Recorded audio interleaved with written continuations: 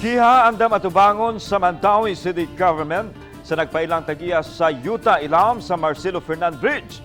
Ang detalye sa report ni Nico Serino. Naabta na mo kaganihan nagmeeting kini mga personnel sa Mandaue City Enforcement Unit kabahin sa deployment sa ilang mga tao sa Pahara Park. 24 oras na nga i-deploy ang mga personnel sa dapit sukad sa tensyonadong sitwasyon sa maong lugar ni atong miaging adlaw. Duha ni ka grupo, 10 person every shift. Mapuno sad mi sa among kuan, moari masad mi ang division head namo. Gawa sa enforcement personnel, may mga pulis sab nga naka-standby aron kalikayan ang kagubot. Sa miaging adlaw miulbo ang tensyon dihang nag-inistrikto ang mga gwardya nga gideploy sa giingong tag-iya sa yuta. Apan giinsister sa City Hall ang katungod sa dakbayan sa maong luna.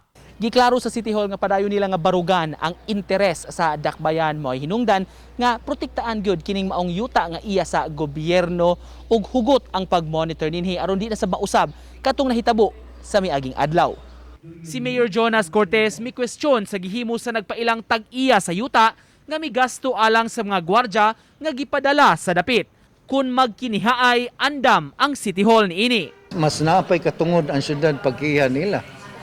And we are now in the process of and I will not discuss it. Wala lang mo detalye si Cortez apan matud niya may mga lakang na nga gihimo ang dakbayan matud sa nagpailang tag-iya nga giingong yano ra kaayo ang pag-angkon sa yuta sa gobyerno. We will also sa katong mga security agency nga na involved, no?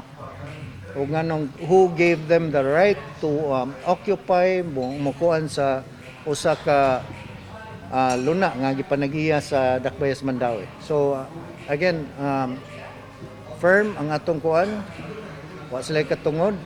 Uban ni Philip Patricio, Nico Sereno, Balitang Bisdak.